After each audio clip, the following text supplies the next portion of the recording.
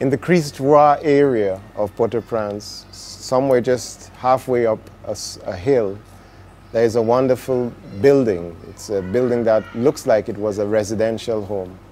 It's very attractive. Just on the walls to the side of that building is a cascade of hibiscus flowers, and the rooms are cool and dark. The furniture is really well organized and so on. On the wall just outside of that building, there's a sign that says Blue Telephone. It's a telephone hotline center. This is the hotline center of POSE. It is a center where people also go for counseling, people go for information about HIV/AIDS, people go for advice about HIV/AIDS, sexual issues, gender issues as well. In this center, at 24 hours a day, for 7 days a week, 5 people are manning telephone lines and taking calls from people.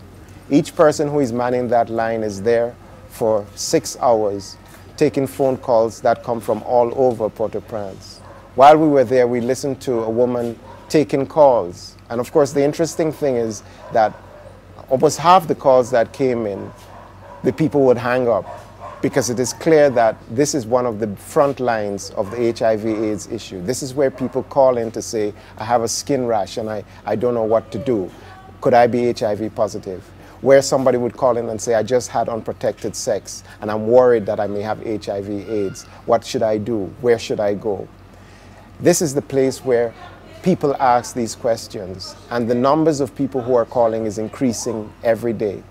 5,000 people called in the month of March, and they are averaging 5,000, 3,000, 4,000 people calling each month, asking questions about HIV/AIDS and asking questions about sexually transmitted diseases.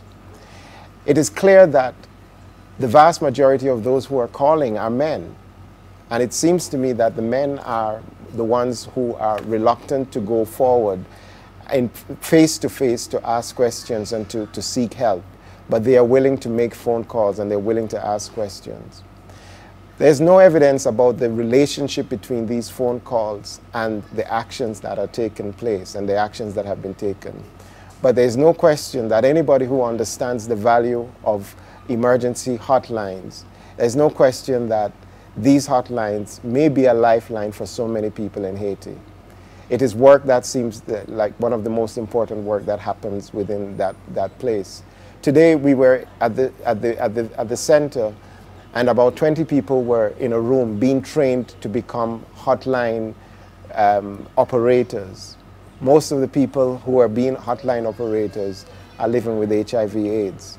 And this is a way for them to give back. They're paid a stipend, they're paid a salary for the work that they do, but it's also a way for them to find a value in their experiences with HIV/AIDS and the work that they can do. This is one of the hallmarks of the work that is happening in Haiti. And despite the earthquake, that work continues to take place and that continues to be effective.